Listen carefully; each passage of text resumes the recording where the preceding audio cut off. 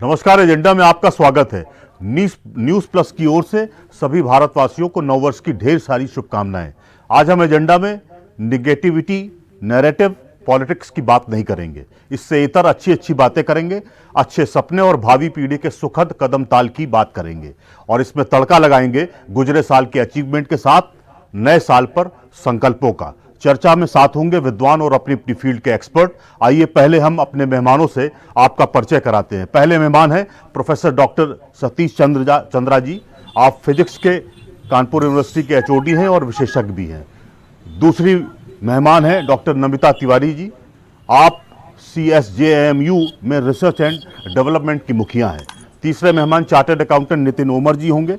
चौथी मेहमान income tax department की टॉप ऑफिसर, यूपी महिला आयोग की अध्यक्ष और टेबल टेनिस की इंटरनेशनल प्लेयर गीता टंडन कपूर जी। आप सभी मेहमानों का नमस्कार के साथ स्वागत है। गुजरे साल में भारत ने क्या क्या किया, एक छोटी सी नजर डाल लीजिए।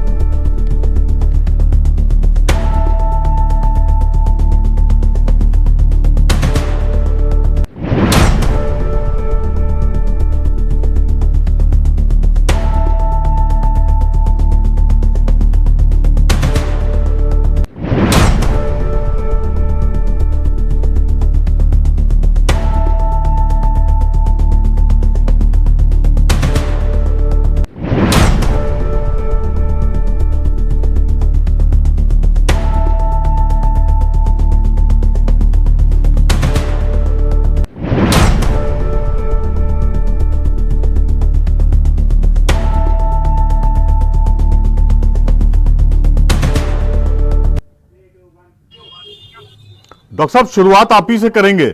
डॉक्टर सतीश जी, जी बहुत सारी चीजें आपको मैंने दिखाई हैं और बहुत सारा आपकी नॉलेज में भी है। क्या आपको लगता है बीता साल साइंस और टेक्नोलॉजी के पॉइंट ऑफ व्यू से बहुत स्वर्णिम साल है क्या? आपका पहले ओपनिंग तो रिमार्क्स चाह रहे थे डॉक्टर साहब। जी पहले तो मैं प्लीज कैरी आपको, ऑन। आपकी टीम को और किसी भी दर्शकों को नए साल की बहुत बहुत शुभकामनाएं देता हूं। जी, और निश्चय ही हैप्पी न्यू ईयर पिछला सर साल आपको। जो है उपलब्धियों भरा रहा है। जी जैसे कि आपने अपने शुरुआती स्लाइड में बताया था कि बाहुबली का जिक्र किया। हाँ ये हमारा लेटेस्ट सबसे हाल का बना हुआ जो है एक लॉन्च व्हीकल है, जिसको हम LVM-3 से लॉन्च व्हीकल मार्क 3 के नाम से जानते हैं। जी और ये 2 मानों में इसका बड़ा महत्व है। वैसे तो इसकी जो क्षमता है वो 4000 किलोग्राम के पेलोड को जो है जियोस्टेशनरी ऑर्बिट तक ले जाने में, और करीब 8300 किलोग्राम के पेलोड को लो अर्थ ऑर्बिट में ले इसकी क्षमता है। जी लेकिन इस क्षमता का प्रदर्शन करने के लिए एक उचित पेलोड की आवश्यकता होती है। इसके पहले भी हमने 2 और चंद्रयान-3 और कुछ और ऐसे मिशन इसके थ्रू किए थे। लेकिन ये मौका मिला इसरो को कि उसे अमेरिका की एक कंपनी है AST स्पेस मोबाइल, इनके के एक सैटेलाइट जिसको ब्लूबर्ड ब्लॉक 2 के नाम से जाना जाता है, जी जो कि डायरेक्ट मोबाइल कनेक्टिविटी जैसे सैटेलाइट फोन में होती है उस तरीके की कनेक्टिविटी प्रदान करने के लिए था। और ये करीब 6100 किलोग्राम का सैटेलाइट था। इसको लॉन्च उन्होंने किया। इसका महत्व इस तरीके से है कि ये जो लॉन्च व्हीकल है इसी का जो ह्यूमन रेटेड है, हाँ इससे ह्यूमंस को भेजा जा सकता है, इसका एक उदाहरण है। उसको प्री टेस्ट के तौर पे देखा जा सकता है, क्योंकि आप जानते हैं कि जब ह्यूमन 2 बार चांस नहीं होते हैं कि आप चीज, तो ये एक एक्सपेरिमेंट भी था, कमर्शियली भी बड़ा ही वायबल रहा। और ये जी इसरो की एक बड़ी कई कामयाबियों में से एक बहुत ही उम्दा कामयाबी मानी जाएगी। तो पिछला साल स्पेस अंतरिक्ष विज्ञान के लिहाज से तो बहुत ही उपलब्धि भरा रहा। यद्यपि कि बहुत उड़ानें नहीं हुई, बहुत सारे लॉन्चेस नहीं हो पाए, लेकिन जो भी हुए वो अपने आप में सभी मिशन बहुत ही उपलब्धि भरे रहे। ठीक बात है डॉक्टर साहब। मैं आपके पास आता हूं डॉक्टर साहब। डॉक्टर नमिता जी, आप तो जिस जी डिपार्टमेंट में है, पहली बार सेंट्रल गवर्नमेंट ने अनुसंधान और विकास के लिए R&D के लिए 1 लाख करोड़ का फंड और विज्ञान धारा योजना शुरू की है। पहले कहा जाता था हमारे देश में, भारत में रिसर्च पर बहुत काम नहीं हो रहा है, लेकिन इस पर फोकस करके जो चीजें की गई हैं, आपको क्या लगता है जी फ्यूचर हमारे लिए बहुत बेहतर है क्या? और जो यंग पीढ़ी आ रही है, जो भावी पीढ़ी है, उसको क्या कोई दिशा मिलेगी इससे? बिल्कुल। एक्चुअली मैं जो मेरे अपने विचार रखना चाहूंगी कि जी 1 lakh please crore carry on. रुपए का जो R&D का फंड है और विज्ञान धारा जैसी योजनाएं केवल ये घोषणाएं तक सीमित नहीं है, बल्कि भारत की ज्ञान आधारित आत्मनिर्भरता की दिशा में एक गंभीर और आवश्यक कदम है। आज जी जितने भी ग्लोबल लेवल पर अगर हम बात करें तो जो भी देश साइंस एंड टेक्नोलॉजी, सिक्योरिटी और इकोनॉमिकली डायरेक्शन में जो अग्रणी हो रहे हैं, उन्होंने जी R&D को ही अपनी पहली प्राथमिकता बताई है और उसको बनाया भी है। तो भारत में अब तक सबसे बड़ी चुनौती जो है वो फंड की कमी नहीं है। मुझे ऐसा लगता है कि फंड का सही दिशा में और पारदर्शी उपयोग ये बहुत इम्पोर्टेंट है। तो जो विश्वविद्यालयों या युवा वैज्ञानिकों, स्टार्टअप्स और उद्योग के जी साथ प्रभावी सहयोग के माध्यम से अगर गवर्नमेंट टाइम बाउंड और रिजल्ट ओरिएंटेड तरीके से इस स्कीम को लागू करेगी तो निश्चित रूप से ये योजना कागजी नहीं रहेगी, बल्कि ये जमीनी बदलाव भी लाएगी। और ठीक बात है। रही बात विज्ञान धारा जैसी योजनाओं की, तो ये भी जी सफल हो सकती है डेफिनेटली, लेकिन इसमें हमें जो जैसे लेबोरेटरी है तो लेबोरेटरी हाँ से यानी प्रयोगशाला से उद्योग तक के बीच की जो डिस्टेंस है उसको कम करना होगा। और रिसर्च पब्लिकेशंस की बात करें तो पब्लिकेशंस को केवल पब्लिकेशन तक सीमित ना करके बल्कि उनको उत्पाद और समाधान से जोड़ना चाहिए। जो सोसाइटी में प्रॉब्लम्स रेज हो रही हैं उनके सोल्यूशन से अगर हम इन रिसर्च पब्लिकेशंस को कनेक्ट करें so that will जी be beneficial, I think so. ठीक बात है। नितिन सर, जी बहुत सर। सारी चीजें आपके पॉइंट ऑफ व्यू में हुई हैं। एक तो हम फोर्थ इकोनॉमी हो गए, वैसे 2030 में ये कहा जा रहा है कि हम थर्ड इकोनॉमी हो जाएंगे। बिल्कुल। अभी उसमें थोड़ा सा वक्त है। जीएसटी का हम लोगों ने कहीं ना कहीं एक लंबा सुधार किया है। आपको क्या लगता है, वास्तव में इकोनॉमी हमारी बेहतर हुई है क्या? लेकिन डॉलर जिस तरह से रुपया बढ़ रहा है, 90 के ऊपर हो गया है, आसपास है, क्या वो तो एक थोड़ा अलार्मिंग सिचुएशन भी दिखा रहा है? हम होप रखें या कुछ और भी पर्दे के पीछे हो रहा है क्या? बिल्कुल। पहले तो न्यूज प्लस के सभी दर्शकों को मेरी तरफ से नववर्ष की हार्दिक शुभकामनाएं। जी जी, आपको और मिस्टर। बीते वर्ष में जो चीजें हम लोगों के सामने आई हैं, उसमें सबसे जी पहले जो आपने बोला है कि हम लोग लार्जेस्ट फोर्थ इकोनॉमी हो गए हैं। हमारा जो टोटल 4.6 ट्रिलियन का जो जीडीपी रहा है, सॉरी जीडीपी जी कह रहा हूँ मैं, पूरा 4.18 ट्रिलियन का जो हमारा नॉमिनल जीडीपी रहा है, तो उसके हिसाब से जो हमारी ग्रोथ है वो जापान से ऊपर आकर हम 4th नंबर पर आ गए हैं। और हम लोग जो जिस ग्रोथ से अभी चल रहे हैं 8.2% के जीडीपी जी, रेट से हाँ हम जी, लोग आगे बढ़ रहे जी हैं। जी, तो जीडीपी है। बट ऑब्वियस है कि हम इस रेट से आगे जाते जाएंगे और तो 2030 में हम थर्ड इकोनॉमी बन जाएंगे, जिसमें हमारा जो एक्सपेक्टेड ग्रोथ है वो 6.5 टू 7 ट्रिलियन का ग्रोथ है, जिसमें हम जर्मनी को पीछे छोड़ देंगे। जी अब अगर हम दूसरी बात करें, हमारा जो पीपीपी जीडीपी होता है परचेजिंग हाँ पावर हाँ में, इसमें हाँ हम हाँ ऑलरेडी थर्ड इकोनॉमी है, जिसमें फर्स्ट पर चाइना है, सेकंड पर हमारा यूएस है एंड थर्ड पर इंडिया ऑलरेडी है वहां पर।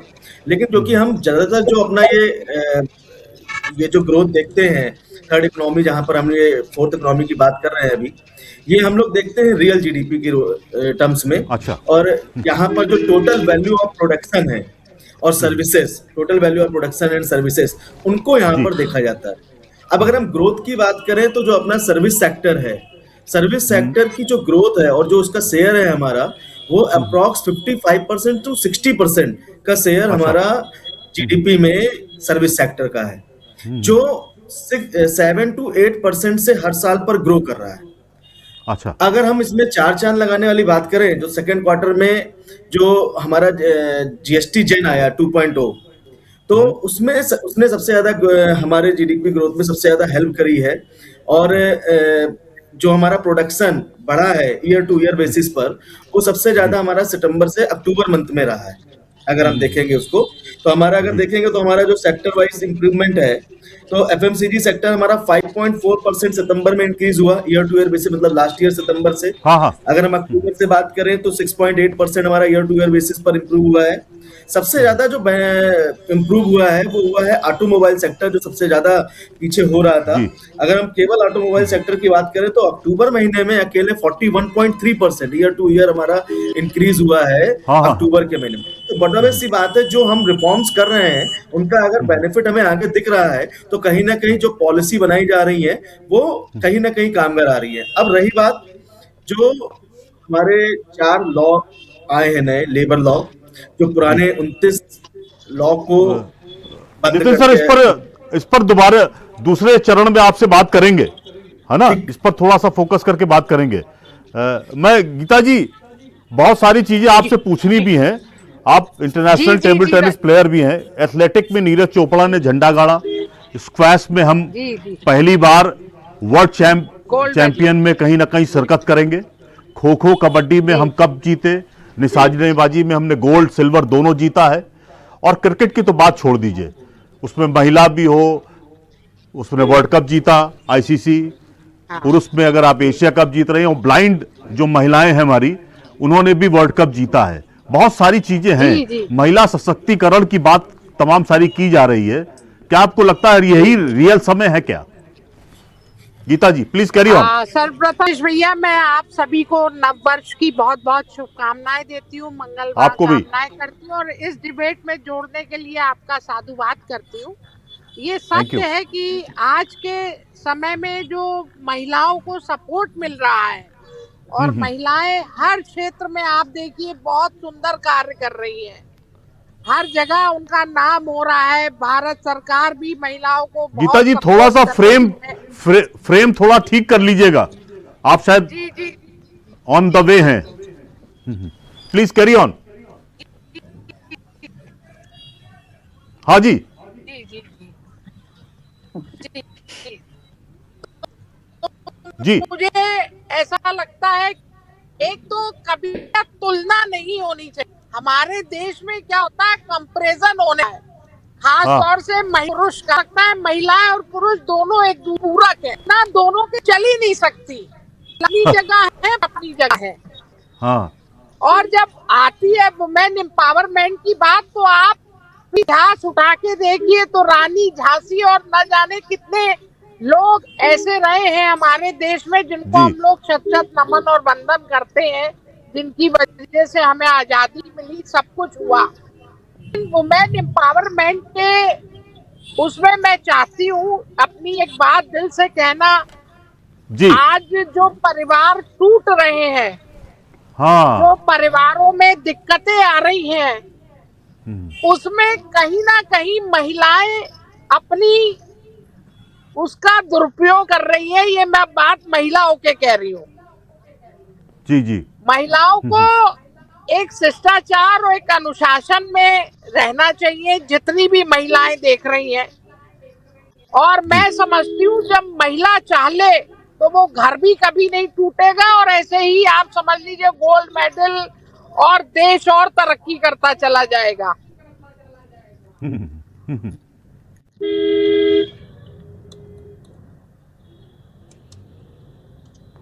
आपकी आवाज नेटवर्क की प्रॉब्लम है गीता जी, मैं दोबारा आपके उस फेस में आता हूं आपके पास। जी जी जी जी जी जी। बिल्कुल। सतीश सर, बहुत सारी चीजें आपसे पूछनी भी रह गई थी। स्पेस डॉकिंग एक्सपेरिमेंट में भारत और ये भी का मैंने एक कहा एक बिल्कुल महिला हो सिक्का भी जम रहा है। बहुत सारी चीजें हो रही, साइंस टेक्नोलॉजी पर हमारी कंट्री का और हमारे साइंटिस्ट का। नमिता जी साथ में बैठी हैं, आप लोगों ने तो, आप गुरुजन हैं, मुझे लगता है कि बहुत सारा जो मिथ था वो टूट रहा है। आपको क्या लगता है, बहुत सारे लोग इस फील्ड में जो यंगस्टर हैं वो आना नहीं चाह रहे हैं, क्या वजह है? उनकी संख्या बहुत कम हो रही है। अगर हम पिछले 10 सालों का अगर ऑन एन एवरेज देखें तो पिछले 10 सालों में जो साइंस के स्टूडेंट हुआ करते थे इंटर के बाद, वो करीब 14% हुआ करते थे, और पिछले 10 सालों में वो गिरकर 6.2 रह गया है। आपको क्या लगता है, साइंस कठिन विषय है या तमाम उसमें मेहनत करनी पड़ती है, तमाम समझना पड़ता है, इसलिए लोगों का रुचि का विषय नहीं रह गया है? क्या आपको लगता है डॉक्टर साहब? शुरुआत में यहाँ से करता हूँ कि विज्ञान के बारे में जो एक मिथ है कि ये कठिन विषय है, इससे तो मैं कतई सहमत नहीं हूँ। आपको अगर याद हो तो हम कोलोनाइज से ब्रिटिशर्स के अधीन थे।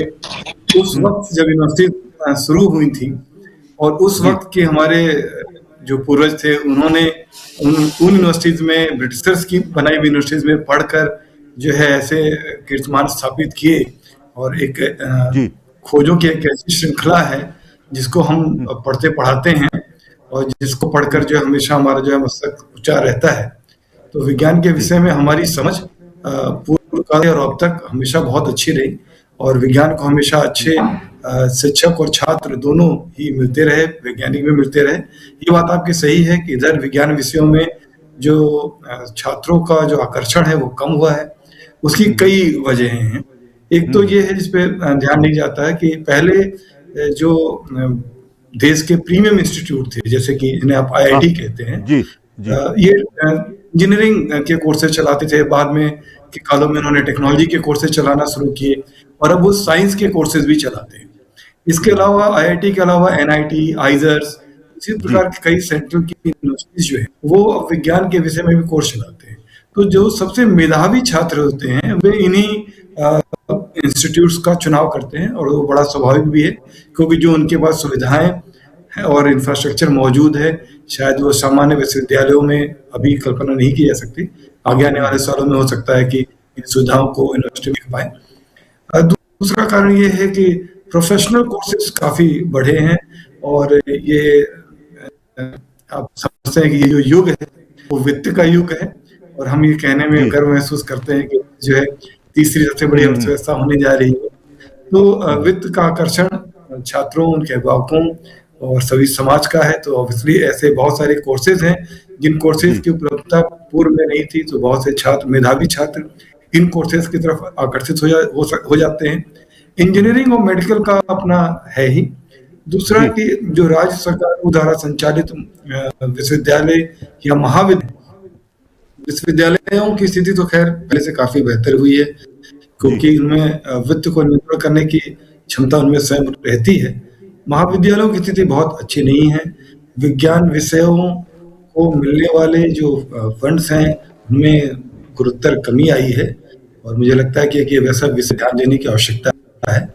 अभी भी महाविद्यालयों में और विश्वविद्यालयों में बहुत ही समर्थ शिक्षक और छात्र भी उपलब्ध हैं, वो अपना योगदान देते हैं, लेकिन उस योगदान को बढ़ना चाहिए। अगर आप ध्यान दें तो इसरो में अगर आप कभी उनके पूर्व के या वर्तमान के वैज्ञानिकों के बायोडेटा को अगर आप निकाल के देखें तो शायद ही उनमें से कोई ऐसा होगा जो कि IIT का पढ़ा हुआ इंजीनियर या साइंटिस्ट होगा। वो अधिकतर रीजनल इंजीनियरिंग कॉलेजेस और स्टेट द्वारा संचालित विश्वविद्यालयों से आपने दिया। जी सर। लेकिन वो जो विषय है इसको और आगे बढ़ाने की आवश्यकता है। और राज्य विश्वविद्यालय, जैसे कि आपको याद होगा, अभी पिछले महीने ही इसरो के पूर्व चेयरमैन प्रोफेसर सोमनाथ का आगमन हुआ था, और अभी उन्होंने संबोधन में मैं उस सभा में उपस्थित था। उन्होंने 2 बार एक शब्द इस्तेमाल किया कि इस इलाके में, यानी कि नॉर्दर्न एरिया में स्पेस साइंस का इकोसिस्टम नहीं है। वो अपनी जगह गलत नहीं थे। ये थोड़ा सा कहने में मुझे संकोच होता है, लेकिन फिर भी मैं कह रहा हूँ कि हमारे राज्य विश्वविद्यालयों ने स्पेस साइंस, एस्ट्रोनॉमी, एस्ट्रोनॉमी या एस्ट्रोफिजिक्स में ना ध्यान देकर एस्ट्रोलॉजी पे ज्यादा ध्यान दिया। तो थोड़ा इस विषय में भी राज्य सरकारों को सचेत होना चाहिए कि स्पेस साइंस एक ऐसा विषय है जिसमें निर्विवाद रूप से हम दुनिया के 5 प्रमुख देशों में से तो है ही। शायद विज्ञान का कोई भी दूसरा ऐसा क्षेत्र नहीं है जिसमें हम दुनिया के 5 में आते। हमने तरक्की की है, लेकिन हम इसमें से अंतरिक्ष विज्ञान को छोड़कर किसी और में नहीं है। और अगर उसमें हमारे उत्तरी भूभाग का देश का योगदान अगर कम है तो ये एक विचारणीय विषय है। केवल सेंट्रल यूनिवर्सिटीज से एक देश वैज्ञानिक सोच और वैज्ञानिक उपलब्धियों वाला देश नहीं बनेगा। राज्य सरकारों और राज्य द्वारा पोषित जो संस्थाएं हैं उनको भी अपना योगदान अवश्य देना चाहिए। डॉक्टर साहब, एक थोड़ा सा लीक से हटकर सवाल है, नासा और इसरो के बीच में जिस तरह का कोलैबोरेशन हो रहा है, जैसे दोनों लोगों ने मिलकर निसार सैटेलाइट को लॉन्च किया, इससे पृथ्वी की भूमि और बर्फ की ढकी सतहों की हर मौसम में दिन रात इमेजिंग हमको मिलेगी। इस तरह का जो कोलैबोरेशन हो रहा है नासा और इसरो के बीच में, इसे आप क्या देख रहे हैं? आने वाला वक्त हमारे लिए भी बहुत अच्छा होगा क्या, और वैज्ञानिकों के परिप्रेक्ष्य में भी क्या वो बहुत अच्छा होने जा रहा है क्या? डॉक्टर साहब प्लीज कैरी ऑन। ये बड़ा आपने अच्छा विषय उठाया है। देखिए, जो निसार मिशन था ये अपने आप में बड़ा ही यूनिक था। हम 2 तरह से ही मिशंस करते थे, या तो हमारा अपना सैटेलाइट, अपना लॉन्च व्हीकल था, और या हम दूसरों के सैटेलाइट को अपने लॉन्च व्हीकल से लॉन्च करते थे। दूसरे देश, यहाँ तक कि जो विकसित देश हैं, वे भी अपने सैटेलाइट को हमारे लॉन्च व्हीकल से लॉन्च करवाना इसलिए पसंद करते थे क्योंकि एक तो हमारी जो पोजीशन है वो इक्वेटर के काफी करीब है, उसका अपना एक वैज्ञानिक महत्व है।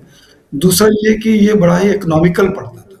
मैं एक छोटा सा एग्जांपल आपको देता हूँ। एक प्राइवेट कंपनी है स्काई रूट, और उन्होंने अभी अग्निकुल, उन्होंने अभी एक 3D प्रिंटिंग के जरिए एक रॉकेट डिजाइन किया है, इसका नाम है अग्निबाण, और उसकी जो कुल लागत है वो $10 मिलियन के आसपास है, और जो दुनिया का एवरेज है वो $150 मिलियन का है। तो आप अंदाजा कर सकते हैं कि 15 गुना कम कीमत पर लॉन्च व्हीकल बनाने में दुनिया का आकर्षण है कि कम कीमत में वो सैटेलाइट लॉन्च कर सकते हैं। ये तो हम करते आए हैं, विगत कई सालों से कर रहे थे। निसार लेकिन उसमें से एक अलग बात है। निसार का पूरा नाम ही है NASA ISRO synthetic aperture radar. इसमें 2 तरह के रडार है, एक एल बैंड और एक S band. L band radar जो था वो नासा ने डेवलप किया था, जबकि जो एस बैंड रडार है वो इसरो ने डेवलप किया था। तो ये सैटेलाइट ज्वाइंटली डेवलप किया गया था। तो अब ये इस बात को समझना बहुत जरूरी है कि स्वाभाविक है कि नासा अगर एल बैंड डेवलप कर रही थी तो एस बैंड भी कर सकती थी। जरूर ही कि जो क्षमता रही होगी नासा से बेटर रही होगी। इस वजह से जो सिंथेटिक एपर्चर रडार है वो इसरो ने डेवलप किया और उसे लॉन्च किया।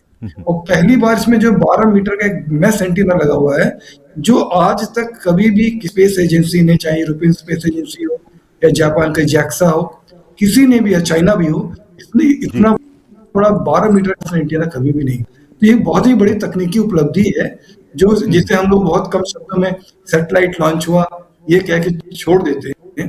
तकनीकी हाँ। दृष्टि से ये किसी भी अन्य चीज से बहुत बड़ा अचीवमेंट है। ठीक बात है। मुझे लगता है डॉक्टर साहब आपके जरिए ये जो हम लोग सैटेलाइट लॉन्च करते हैं, बहुत कैजुअल अप्रोच में लोग इसको अखबार में पढ़ते हैं और फिर भूल जाते हैं। मुझे लगता है आपने बिल्कुल क्लियर कट आम आदमी के पॉइंट ऑफ व्यू से उसे समझाने की कोशिश की है कि थोड़ा समझिए हम कहाँ चल रहे हैं और 40 साल पहले या 20 साल पहले हम कहाँ थे, लेकिन अब क्या है। मुझे लगता है आपने बिल्कुल लेमैन की तरह उसको प्रेजेंट कर दिया है और लोगों को समझना होगा कि हम कहाँ चल रहे हैं। मैं नमता जी आपसे जानना चाह रहा था, जी। बहुत सारी चीजें हैं, जी। ठीक है, रिसर्च के पॉइंट ऑफ व्यू से हम बहुत कुछ करते रहते हैं, लेकिन एक थोड़ा सा मुश्किल आ रही है। प्रधानमंत्री मोदी ने भी कहा कि रिसर्च पर हमने अगर 30 साल 40 साल पहले कुछ फोकस किया होता तो शायद ये रिजल्ट ना आता, हम लोगों के भरोसे या तमाम देशों के भरोसे न रहते। अब थोड़ी दिक्कत शुरू हुआ है, यात्रा शुरू हुई है। एक थोड़ा आपसे जानना चाह रहे थे, स्टार्टअप के लिए श्रीकोटा का खुलना आप कितना बड़ा अचीवमेंट देख रही हैं? ओके, तो मैं शुरुआत यहाँ से करना चाहूंगी प्रोफेसर चंद्रा सर से, कि जैसे आपने पहले साइंस की बात की, तो जी। मैं इसमें कुछ ऐड ऑन करना चाहूंगी हाँ प्लीज कैरी कि ऑन। हम साथ साथ, हाँ हाँ हाँ जी, जैसे हम बात करते हैं ना साइंस एंड टेक्नोलॉजी की, जी तो अभी तक का जो युग था वो साइंस का था, और साइंस, बट ऑब्वियस सी बात है कि टेक्नोलॉजी साइंस के बिना कहीं एग्जिस्ट नहीं करेगी। लेकिन अब हम डे बाय डे टेक्नोलॉजी की तरफ मूव कर रहे हैं, तो जो साइंस ऑलरेडी हो चुकी है उसको हम टेक्नोलॉजी में ले जाकर उस पर काम करने की दिशा में आगे बढ़ रहे हैं। जी अब आपके क्वेश्चन पे आते हैं कि जी ये जो स्पेस टेक्नोलॉजी अभी तक जो इसमें काम हो रहा था वो केवल सरकारी एजेंसियों के तक ही सीमित था, लेकिन जब जी स्टार्टअप्स को लॉन्चिंग, टेस्टिंग और इंफ्रास्ट्रक्चर तक सीधी पहुंच मिलेगी तो कम लागत, तेज नवाचार और स्वदेशी समाधान अपने आप सामने आएंगे। एग्रीकल्चर के क्षेत्र में अगर हम देखें तो सैटेलाइट आधारित तकनीक से क्या हो सकता है कि फसल की सेहत की रियल टाइम निगरानी हम कर सकते हैं, सूखा और बाढ़ की पूर्व चेतावनी हम दे सकते हैं। इस तरह की बहुत सारी चीजें संभव हो पाएंगी, और सटीक फसल बीमा व उत्पादन अनुमान भी संभव हो जी पाएगा। जी इससे किसान का जो जोखिम होगा वो कम होगा और आय भी बढ़ेगी। स्वास्थ्य के क्षेत्र में अगर हम देखें, विचार करें तो दूर दराज क्षेत्रों में टेलीमेडिसिन अवेलेबल हो पाएगी, हाँ। महामारी की शुरुआती पहचान भी हो पाएगी, और आपदा के समय जो त्वरित स्वास्थ्य की बात करते हैं उसमें हम तुरंत सहायता कर पाएंगे। ये बहुत सारी चीजें ऐसी हैं जो इसके माध्यम से संभव हो पाएंगी, और सबसे बड़ा लाभ यह है कि भारत स्पेस यूजर से स्पेस सॉल्यूशन प्रोवाइडर बनेगा। थैंक ठीक यू। बात, बड़ी बात कही आपने। मैं नितिन साहब आपसे अब इकोनॉमी पे आता हूं। कहा जाता है कि वैसे भी काफी लोगों ने बात कही और इस पर तमाम अग्रलेख भी लिखे गए। भारत में 2025 सुधारों का वर्ष कहा जाएगा। 29 श्रम कानूनों को 4 में उसको समाहित कर दिया गया है। हमने उसको थोड़ा सरलीकरण भी किया, तमाम सारी उसमें बातें कही गई थी। आपको क्या लगता है इन सब चीजों से क्या उसका इम्पैक्ट नीचे धरातल पर आ सकेगा, या उसमें भी अभी आपको लगता है कुछ गुंजाइश रह गई है? नहीं, बिल्कुल राजेश भाई, और मैं फिर से कहूंगा कि 2025 जब हम लोग एक बार मिले थे जीएसटी 2.0 के बाद, जी जीएसटी के बाद, और उस समय भी हम लोगों ने कहा था कि गवर्नमेंट की मंशा बिल्कुल क्लियर है कि बिजनेस में ईज ऑफ बिजनेस जो है वो बहुत जरूरी है। कोई भी हम नया सेटअप करने जा रहे हैं तो हमारे सामने सबसे बड़ी प्रॉब्लम आ रही है कि हम एक रजिस्ट्रेशन नहीं, हमें 10 रजिस्ट्रेशन लेने हैं, और 10 रजिस्ट्रेशन लेने में हमको जो है बिजनेस सेटअप करने में ही प्रॉब्लम आ जा रही है। तो गवर्नमेंट ने सबसे पहले ही, अगर मैं यूपी गवर्नमेंट की बात करूं तो निवेश मित्र करके एक पोर्टल लॉन्च किया था, जहां पर उन्होंने कहा था कि हम सारे की सारी चीजें एक ही जगह पर कर रहे हैं, आप यहां से रजिस्ट्रेशन कराइए और सारे रजिस्ट्रेशन ऑटोमेटिक हो जाएंगे। इसी तरह सेंट्रल गवर्नमेंट की हम बात करें, अगर स्टार्टअप के लिए या किसी भी तरह के लिए आप कंपनी का फॉर्मेशन करने जा रहे हैं तो एमसीए पोर्टल पे ही आपको सारे रजिस्ट्रेशन अपने आप मिल जाएंगे, एक साथ ही आपको रजिस्ट्रेशन कराने की सुविधा मिल जा रही है। तो इससे ईज ऑफ डूइंग बिजनेस जो गवर्नमेंट की मंशा है वो बिल्कुल क्लियर है।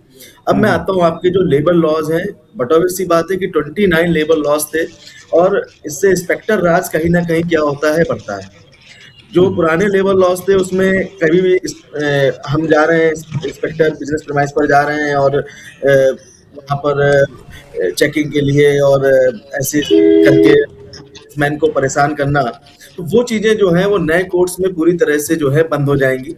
तो होता क्या था, 29 लॉज हैं, लोगों को पता ही नहीं है कि फैक्ट्री एक्ट क्या है, इंडस्ट्री रिलेशन एक्ट क्या है, ये सारी चीजें। ऐसे 29 लॉज जो है वो जी। पूरी तरह से अबॉलिश करके 4 नए कोड जो बनाए गए हैं, code on wages 2019, industrial relation code 2020, social security code 2020, occupational safety है, healthy and working condition code 2020, ऐसे 4 नए कोड बनाए जा रहे हैं। बस अभी जो प्रॉब्लम है कि अभी स्टेट वाइज इनकंटेशन करा पाना, वो सेंट्रल गवर्नमेंट में कितनी धरातल पर चीजें लाने में कितना सफल होते हैं। अगर वो चीजें हो जाती हैं तो बट ऑब्वियस सी बात है कि इन चीजों का फायदा आपको बिजनेस से, और खास तौर से जो हमारे एमएसएमई सेक्टर हैं, जो कम पूंजी से और अपना बिजनेस स्टार्ट करते हैं, उनको बहुत ही फायदा मिलेगा इन चीजों का, कि उनको ये प्रॉब्लम कम आएंगी। सीधी सी बात है, जो हमारा नए लॉज हैं उसमें वर्कर्स को भी फायदा मिलेगा। वर्कर्स के फायदे इस तरह हैं कि जो वेजेस का है वो समान वेजेस है।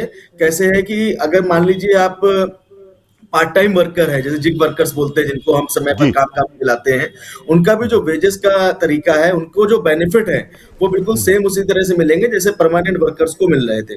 तो बस ये है कि गवर्नमेंट उस बात को, क्योंकि वर्कर्स ज्यादातर, एक अगर मैं बात करूं तो ऐसे जगह पर होते हैं जिनको लॉ से ज्यादा मतलब नहीं होता, जो एक्चुअल में चीजें हो रही हैं उनसे ज्यादा मतलब होता है। जैसे अगर हम बात करें कि किसान लॉ आया, किसान लॉ के इतनी चीजें चेंज हुई और किसान उसके बाद जो है उन्होंने धरना दिया और वो सारी चीजें वापस करने को, रोल बैक करना पड़ा गवर्नमेंट को।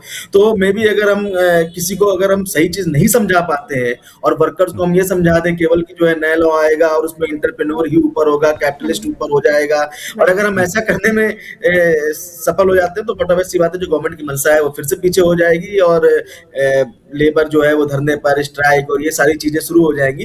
वो भी मेरे हिसाब से एक चैलेंज है गवर्नमेंट के लिए, अगर ये चीजें नहीं आती है तो। ये 4 जो कोड लाए हैं, इससे बिजनेस को, और सीधी सी बात है, अगर बिजनेस ग्रो करेंगे तो देश की जो इकोनॉमी है वो अपने आप ग्रो करेगी, क्योंकि बिजनेस के बढ़ने से सीधा जो इम्पैक्ट होता है वो इम्पैक्ट जाता है एम्प्लॉयमेंट में, और अगर देश में एम्प्लॉयमेंट बढ़ेगा तो परचेजिंग पावर अपने आप बढ़ेगी। अगर परचेजिंग पावर बढ़ेगी तो सीधी सी बात है उसका इम्पैक्ट आपके प्रोडक्शन और सर्विसेज की इंक्रीज में आएगा, और उससे हम अपनी जो हमारा 2030 तक का जो टारगेट है जीडीपी को अचीव करने का, वो बट ऑब्वियस सी बात है कि हम उसको अचीव कर पाएंगे। बस ये है कि गवर्नमेंट उस लेबर लॉ को कैसे इंप्लीमेंट करा पाती है, ये अभी उसके सामने एक फेस है, चैलेंज है, जो कैसे फेस करती है ये देखना पड़ेगा गवर्नमेंट को। नितिन जी, एक थोड़ा सा, चूंकि गवर्नमेंट इंस्टीट्यूशन से सभी लोग हैं, जुड़े हुए हैं, 12 लाख का इनकम टैक्स स्लैब किया गया, लेकिन जो बड़े लोग हैं, यानी कि जो ऑफिसर्स रैंक के लोग हैं, उनके लिए बड़ा नाकाफी है, और बहुत सारा उनका टैक्स लिमिट भी है 20%, 30% जैसे। क्या उस पर भी अंदर खाने तमाम ऐसे लोग हैं जो ये चाहते हैं कि एक कहीं ना कहीं मानक तय किया जाए कि अगर 12 लाख के ऊपर हैं तो 10%, 20% रखा जाए, 50 लाख के ऊपर वो 20% किया जाए, इस तरह की बातें की जा रही हैं। क्या भविष्य में अब गवर्नमेंट इनकम टैक्स स्लैब में कोई परिवर्तन करने की कोई मंशा रखती है क्या? देखिए, गवर्नमेंट की क्या मंशा है इनकम टैक्स स्लैब को लेकर, ये तो बजट के बाद ही बिल्कुल सामने आ पाएगी। लेकिन अगर मैं पिछली मंशा को जाहिर करूं तो 7 लाख तक के रिबेट मिलती थी, वो 7 लाख तक की इनकम में मिलती थी, और एक ग्रेजुअल इंक्रीज हुआ था 5 लाख रुपए का, मतलब 12 लाख रुपए तक की वो रिबेट हो गई। तो अगर हम एक कॉमन मैन की बात करें तो 1 लाख रुपए मंथली इनकम जिनकी है, उनको नील टैक्स, मतलब 0 टैक्स देना है, कोई भी इनकम टैक्स नहीं देना है, और ये बहुत बड़ी बात है। अगर हम एक परसेंटेज वाइज देखें तो इनकम टैक्स में एक बहुत बड़ा परसेंटेज जो है वो नॉन टैक्स पेयर में आ जाएगा, क्योंकि अगर आप बात करें कि किसी की 7 लाख इनकम थी, किसी की सैलरी 7 लाख थी, तो वो सैलरी आज 7 लाख से 8 लाख हो जाएगी, 9 लाख हो जाएगी, 12 लाख नहीं हो जाएगी एकदम से। लेकिन वो जो छूट मिली है उससे टैक्स पेयर का जो बेस है गवर्नमेंट का, वो बेस जी। कहीं ना कहीं उन्होंने क्या किया है, अपने आप कम कर लिया है। तो और दूसरी चीज जो इनकम टैक्स है, जो पर्सनल इनकम टैक्स होता है, आप इसको केवल 12 लाख ना समझे कि छूट केवल 12 लाख है सैलरीड पर्सन के लिए, वो 12,75,000 है। 75,000 का उनका जो है वो सैलरी में एक स्टैंडर्ड डिडक्शन है, हाँ। और 12 लाख रुपए जो है वो एक अलग डिडक्शन है। और इसके अलावा भी कुछ चीजें हैं वो अलग से कभी मतलब डिस्कस करेंगे, वो ज्यादा इसमें डिस्कस नहीं कर सकते हैं चीजों को। हाँ हाँ, ठीक तो बात है। मैं ये कहना चाहता हूं कि 12,75,000, 12 लाख नहीं, हम उसको 12,75,000 कहें तो ज्यादा सही होगा। तो 12,75,000 रुपए की छूट मेरे हिसाब से भारत जैसे देश में एक टैक्स पेयर्स के लिए एक अच्छी लिमिट है। हाँ, जी। उसके बाद भी अगर किसी की इनकम ज्यादा आ रही है 12 लाख से ज्यादा, तो ऐसा नहीं कि पूरे पर टैक्स आ रहा है, उसमें उन्होंने मार्जिनल रिलीफ भी दे रखी है। तो जितना इनकम से ज्यादा आपके ऊपर टैक्स नहीं लग सकता। पर्सनल इनकम टैक्स वैसे भी जो है वो जी। स्लैब वाइज होता है, तो उसमें 5%, 10%, और इवन इस बार गवर्नमेंट ने 3-3 लाख का जो पहले जो 5 लाख, 7.5 लाख, 10 लाख इस तरह के स्लैब होते थे, उसको 3-3 लाख के स्लैब में डिवाइड किया है। 3 जी। + 6 फिर 9 फिर 12, तो ऐसे करते करते वो 20% का स्लैब आएगा जाकर 15 लाख के बाद। तो मुझे नहीं लगता है कि किसी के ऊपर बहुत ज्यादा टैक्स का बर्डन आएगा। एटलीस्ट जिनकी इनकम 12 लाख के ऊपर या 15 लाख के ऊपर है भी, उनको जी। पूरे, मैं अगर कैलकुलेशन करूंगा तो पूरा पूरा 1 लाख रुपए तक का जो है टैक्स बेनिफिट कहीं ना कहीं उनको मिल जाएगा। ठीक बात है। नितिन जी, आपके पास आते हैं दो सवाल, मतलब आम आदमी के भी हैं, वो आपसे जानना भी चाहेंगे। मैं डॉक्टर साहब से पहले थोड़ा सतीश जी से बात कर लूं। थोड़ा सतीश जी, शुभ्रांशु शुक्ला अंतरिक्ष में गए, बड़ा हो हल्ला हुआ, हमारे गौरव की बात भी थी, 18 दिन वो रहे, उन्होंने शोध भी किए। इनके पीछे का जो पूरा तारतम्य था, या कह लीजिए उसके पीछे की जो मंशा थी, वो ये था कि गगनयान जो है हमारा जब भविष्य में आएगा तो उस पर ये शुभ्रांशु जी काफी मदद करेंगे। क्या आपको लगता है मदद होगी, या हमने उससे पहले कुछ बहुत सारी चीजें कर ली हैं? बड़ा ही डॉक्टर आपने please carry relevant on. Question आपने बड़ा ही रिलेवेंट क्वेश्चन पूछा है। जिस समय ये मिशन हो रहा था, जो सेक्स क्रू ड्रैगन जो है लॉन्च किया गया था जुलाई 2025 में, और शुभांशु शुक्ला जी जो है इंटरनेशनल स्पेस स्टेशन पर भेजे गए थे, बिल्कुल सर। और 18 दिन का इनका मिशन था। तो उस समय भी मैं मीडिया रिपोर्टिंग देख रहा था क्षमा के साथ, तो ऐसा लग रहा था कि जैसे कि वो कोई एक टूर पर या पिकनिक मनाने के लिए इंटरनेशनल स्पेस स्टेशन पे गए। जी। कोई भी देश जो कि जिसका कोई भी खर्च टैक्स पेयर के पैसों से आता है, हाँ 600 करोड़ रुपए किसी एक को इंटरनेशनल स्पेस स्टेशन पे केवल भेजने के लिए खर्च करता है, तो हाँ। उसके पीछे कोई बहुत बड़ी वजह होती है तभी, जबकि आपका खुद का एक गगनयान मिशन भेजे जाने के लिए मिशन जो है ऑपरेशनल जी। मोड में था। इसके देखिए 2-3 वजह मैं आपको बताना चाहूंगा कि जो गगनयान please मिशन है, share इसमें 4 क्रू जो है ट्रेन किया जा रहा है, लेकिन उनमें से 4 में से केवल 3 को ही भेजा जाना है। तो ये तो स्वाभाविक बात हो गई कि शुभांशु शुक्ला जी को चूंकि ISS में भेजा गया था, तो उन 3 में से वो तो होंगे ही। दूसरी बात ये समझना जरूरी है कि गगनयान मिशन जो है वो एक ऑर्बिटल मिशन है, यानी जो क्रू मॉड्यूल है, उस क्रू मॉड्यूल में केवल क्रू मेंबर्स के बैठने भर की ही जगह है, और वो एक अर्थ के लो अर्थ ऑर्बिट में एक चक्कर लगाएगा, और उस चक्कर लगाकर जो वहां बैठे बैठे जो एक्सपेरिमेंट कर सकते हैं वो बहुत ही लिमिटेड है। माइक्रोग्रेविटी के एक्सपेरिमेंट जो हो सकते हैं वो करके वो वापस आएगा। ISS एक फुल फ्लेज्ड लैब है जो कई दशकों से काम कर रही है। तो गगनयान के मिशन में वो सुविधाएं नहीं है, वो मौके नहीं है जो कि ISS पे शुभांशु शुक्ला को मिले। और उन्होंने करीब 8 के आसपास उन्होंने वहां पर एक्सपेरिमेंट परफॉर्म किए।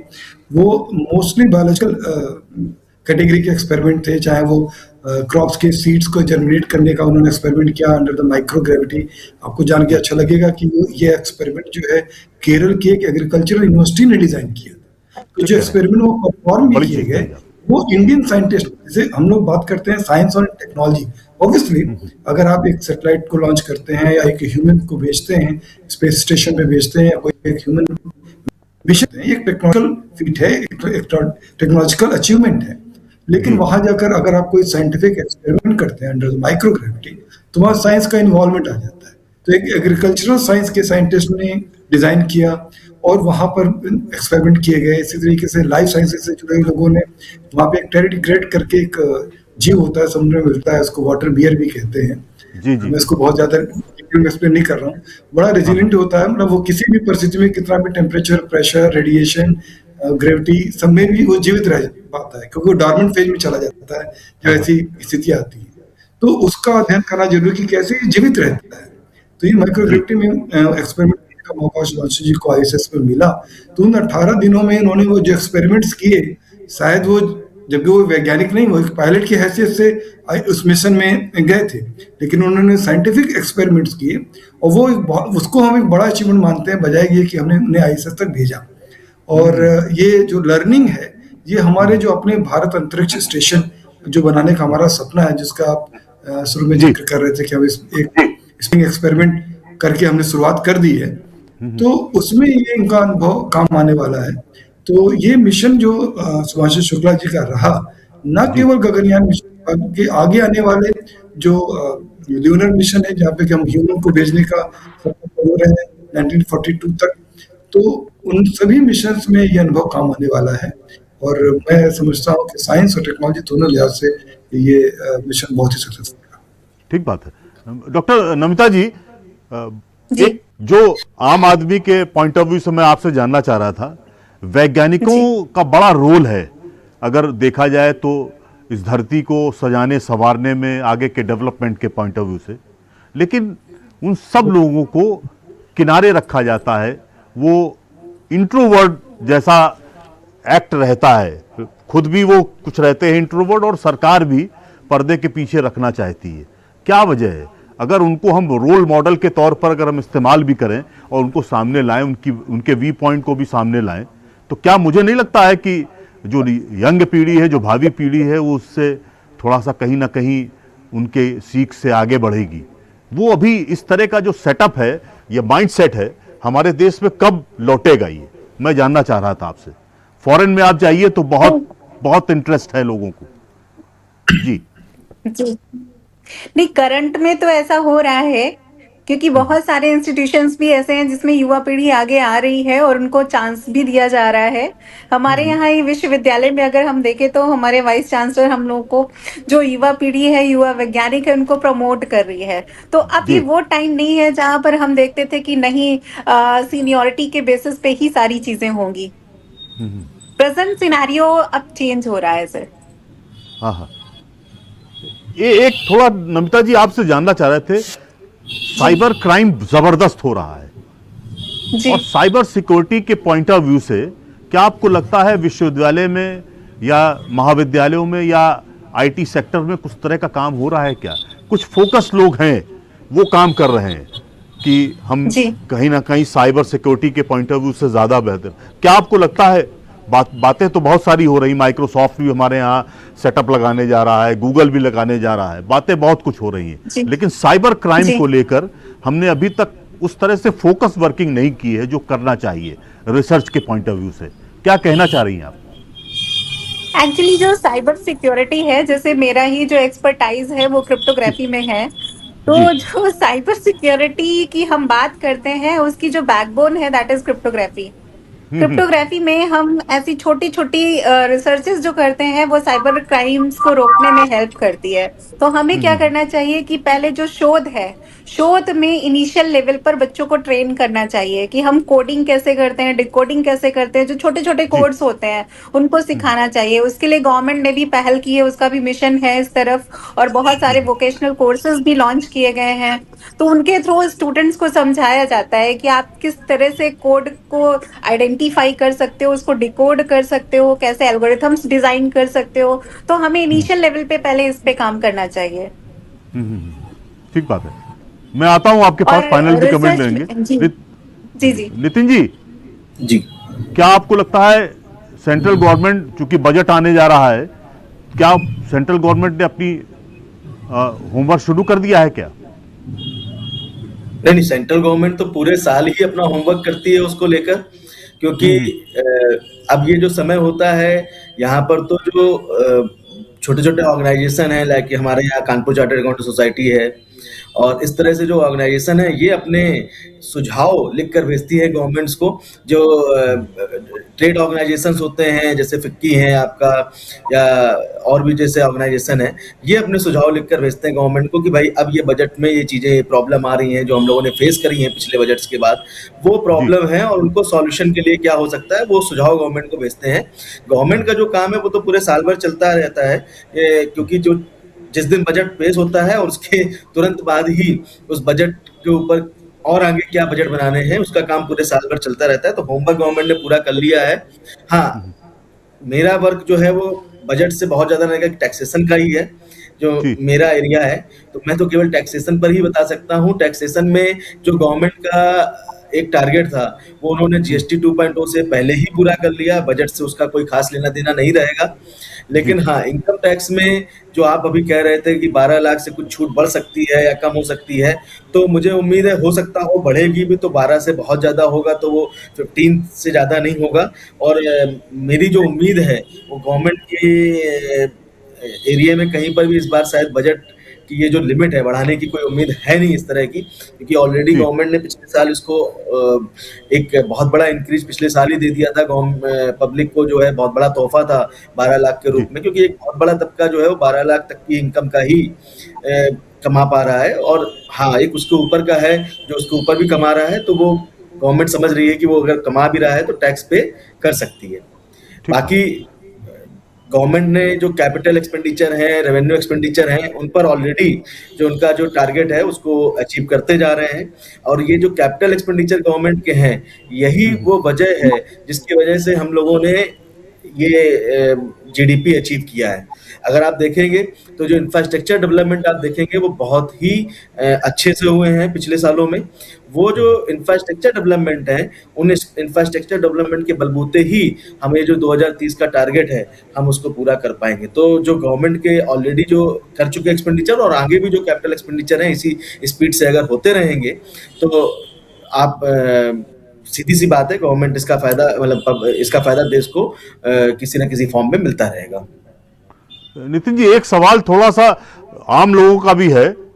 150 करोड़ की आबादी है और देश में 4.5 लाख चार्टेड अकाउंटेंट हैं। आपके इंस्टीट्यूट ने इतना टफ सिस्टम बना रखा था, हालांकि अब थोड़ा सा सिस्टम बदला है, पाठ्यक्रम बदला है, एग्जाम का सिस्टम बदला है, थोड़ा सा होगा। आपको क्या लगता है 150 करोड़ की आबादी में 4.5 लाख चार्टेड अकाउंटेंट हैं, और इस अर्थ युग में, कलयुग में कहा जाता है जिसके पास पैसा है वही राजा है। आप बहुत सारे पढ़े लिखे हो, आपके पास सरस्वती वास कर रही हो, फिर भी मुझे लगता है पैसे का मोल ज्यादा है, पैसे का महत्व ज्यादा है। ऐसे में क्या आपको लगता नहीं चार्टेड अकाउंटेंट्स की भारी कमी है, उसे कैसे ठीक किया जाए? और आप यंगस्टर के लिए क्या आप सलाह देना चाह रहे हैं?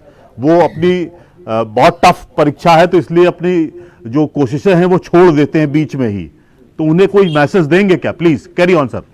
बिल्कुल, मैं मैसेज देना चाहूँगा आपको। पहले मैं बताना चाहूँगा कि मैं सीए की क्लासेस भी प्रोवाइड करता हूँ, तो स्टूडेंट मेरे से जुड़े रहते हैं।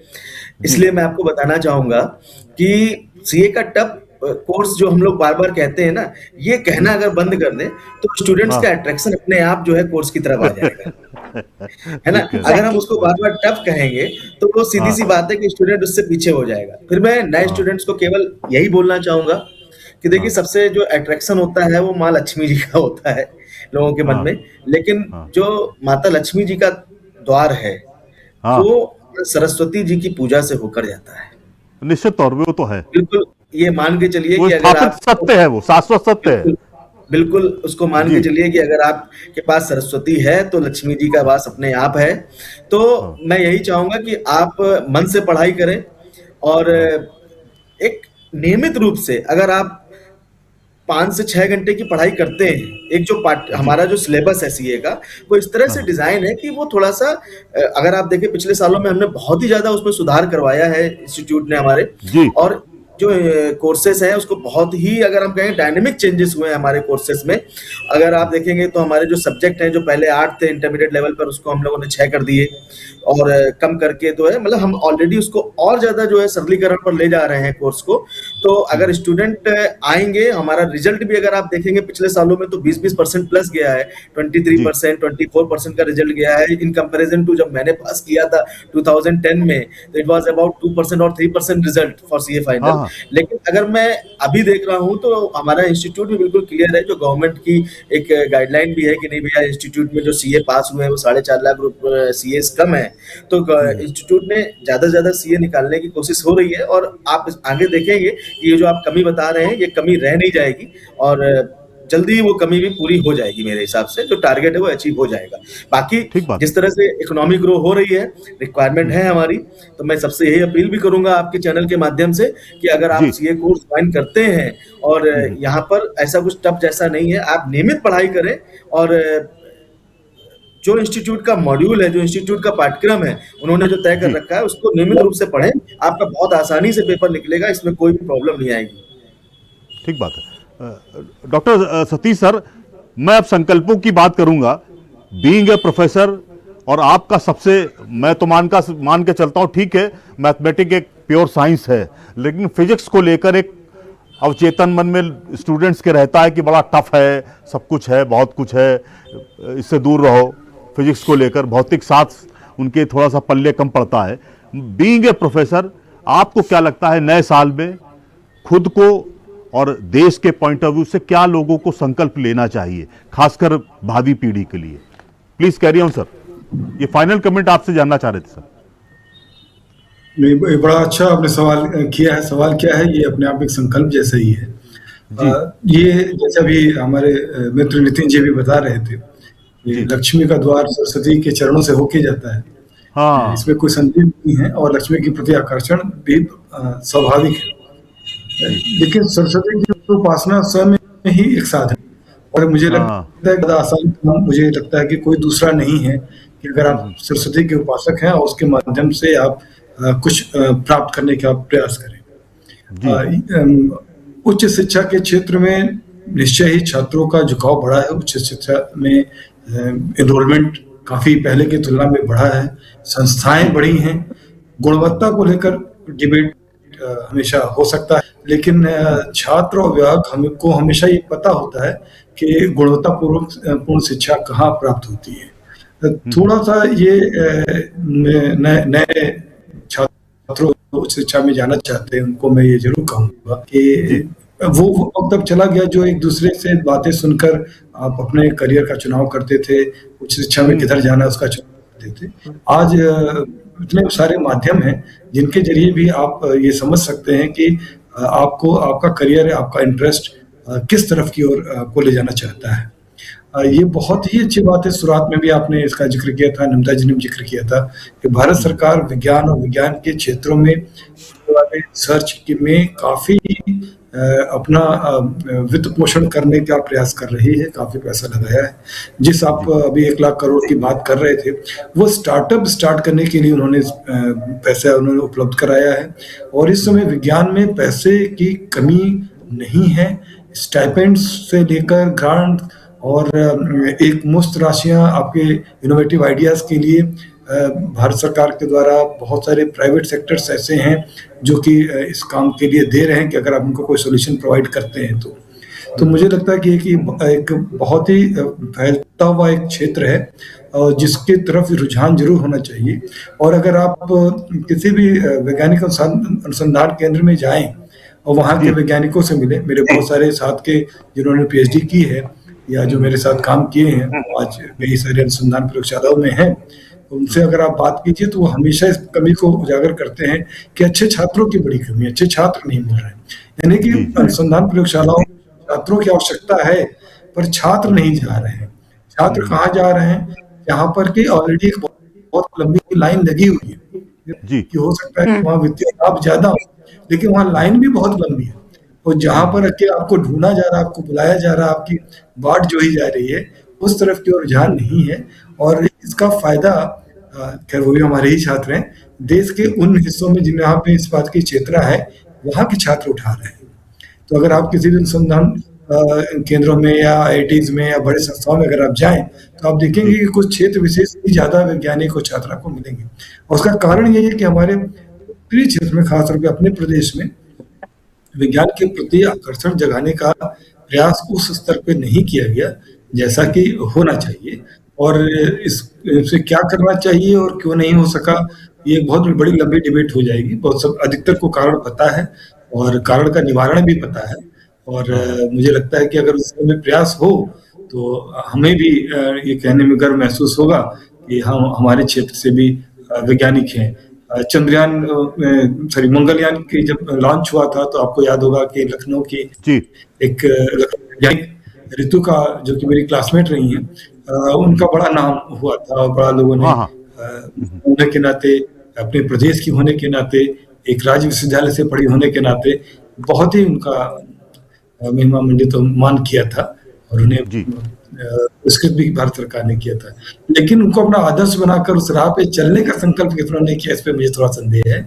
लेकिन मुझे लगता है कि इसको करना चाहिए। ये बहुत अच्छी बात है कि छात्राओं में विज्ञान के प्रति आकर्षण काफी बढ़ा है।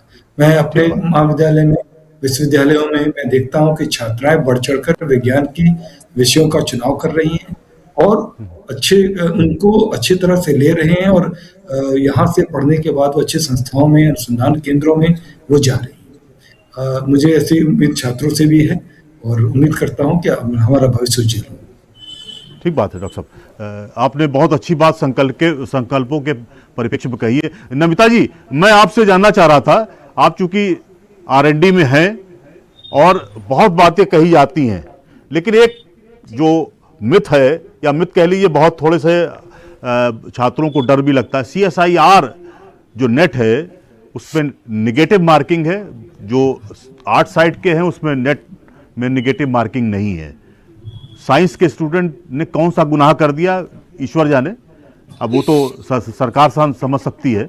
लेकिन मैं आपसे जानना चाह रहा था, क्या नेट, अब तो JRF उसी से आते हैं, बच्चे जो PhD कर रहे हैं उन्हीं के पॉइंट ऑफ व्यू से, आपको क्या लगता है आने वाले वक्त में जो स्टूडेंट्स की जो संख्या बढ़ रही है इस दिशा में, और क्या आपको लगता है जो आधी आबादी है उसकी भूमिका बहुत अहम हो गई है क्या विज्ञान और प्रौद्योगिकी क्षेत्र में? नहीं, देखिए, नेगेटिव मार्किंग की बात करें तो अगर स्टूडेंट साइंस बैकग्राउंड का है और वो आगे आपका वॉल्यूम, नमिता जी आवाज नहीं आ रही, क्या आपने म्यूट कर रखा है क्या? नहीं, म्यूट नहीं है sir. I am audible. Please carry on. Hello,